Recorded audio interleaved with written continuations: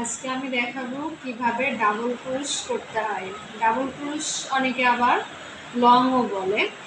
Double ক্রুশ করতে হলে আমাদেরকে এরকম চেন করে নিতে হবে। আমি আগেই চেনগুলো করে নিয়েছি, আপনারা আপনাদের পছন্দ মতো চেনগুলো করে নেবেন। এখন আমি ডাবল ক্রুশ করব। ডাবল ক্রুশ করতে হলে এই জায়গায় যে আমি চেনগুলো করে নিয়েছি, আমি চাইলে এই জায়গায় 3টা বাড়তি চেন করে নিতে পারি, আবার এই জায়গায় যেমন নিচে থেকে 3টা চেন বাদ দিয়ে 4 নম্বর ঘরে ডাবল ক্রুশ করতে পারি। যেরকম আমরা হুকে একটা প্যাচ নিব, তারপর কি করব, 3টা চেন বাদ দেব, 1 2 3, 3টা চেন বাদ দিয়ে 4 নম্বর ঘরের মধ্যে ঢুকবো। 4 নম্বর ঘরের এই যে চেনের মধ্যে ঢুকবো, ঢুকে হুকে আর একটা প্যাচ দিয়ে বেরোয় আসবো। বেরোয় আসার পরে আমাদের হুকে 3টা লুপ হচ্ছে। এই জায়গায় আমরা কি করব, বাম হাতে আমাদের যে সুতাটা পেঁচানো আছে, আমরা হুকটা দিয়ে সুতা একটা প্যাচ নিয়ে 2টো তার ছেড়ে দেব। এই জায়গা থেকে আমাদের 2টো লুপ ছেড়ে দেব। আমি হুকটা দিয়ে বাম হাতে সুতা আরেকটা প্যাচ নিয়ে এই 2টো লুপ ছেড়ে দেব। এটাকে বলে ডাবল ক্রোশ।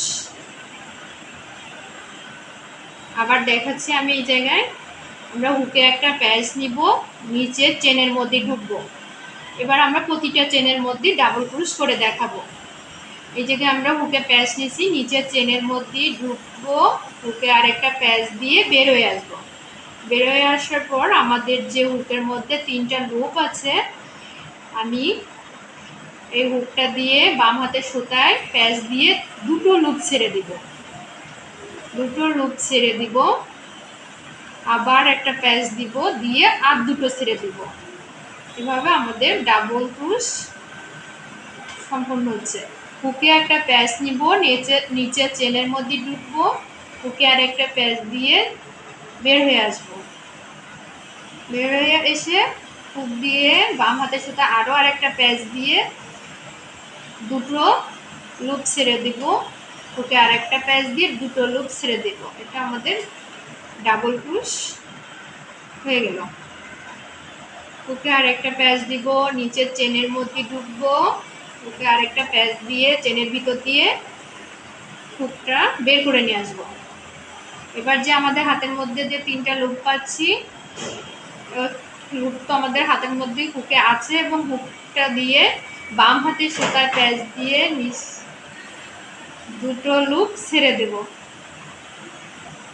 হুকে আর একটা প্যাচ নিব, আর 2টো লুপ ছেড়ে দেব। এভাবে আমরা ডাবল ক্রুশ করে নিব। প্রতিটা চেনের মধ্যে ডাবল ক্রুশ করব। হুকে প্যাচ নিব, নিচের চেনের মধ্যে ঢুকবো, বের হয়ে আসবো, এবং ডান হাতের হুকের মধ্যে যে 3টা লুপ আছে, হুকটা দিয়ে বাম হাতের সুতায় প্যাচ দিয়ে 2টো লুপ ছেড়ে দিব, আবার আরেকটা প্যাচ দিব, 2টো লুপ ছেড়ে দিব। আমরা হাতের টানটা সব জায়গায় ঠিক রাখবো। হুকে আর একটা প্যাচ দিব, নিচের চেনের মধ্যে ঢুকবো, বের হয়ে আসবো, বাম হাতের সুতায় আরেকটা প্যাচ দিয়ে 2টো লুপ ছেড়ে দিব, আবার প্যাচ দিয়ে 2টো ছেড়ে দেব।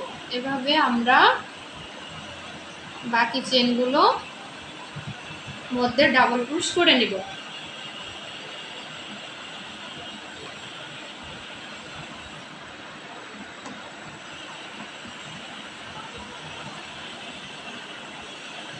হুকের প্যাচ দিয়ে নিচের চেনের মধ্যে ঢুকবো, হুকে আরেকটা প্যাচ দিয়ে 2টো লুপ ছেড়ে দিলাম, হুকে আর একটা প্যাচ দিয়ে আবার 2টো লুপ ছেড়ে দিলাম। এই জায়গায় একটু দেখবেন যে 2টো চেন থাকে, আমরা সবসময় এই জায়গায় উপরের চেনটা ধরছি।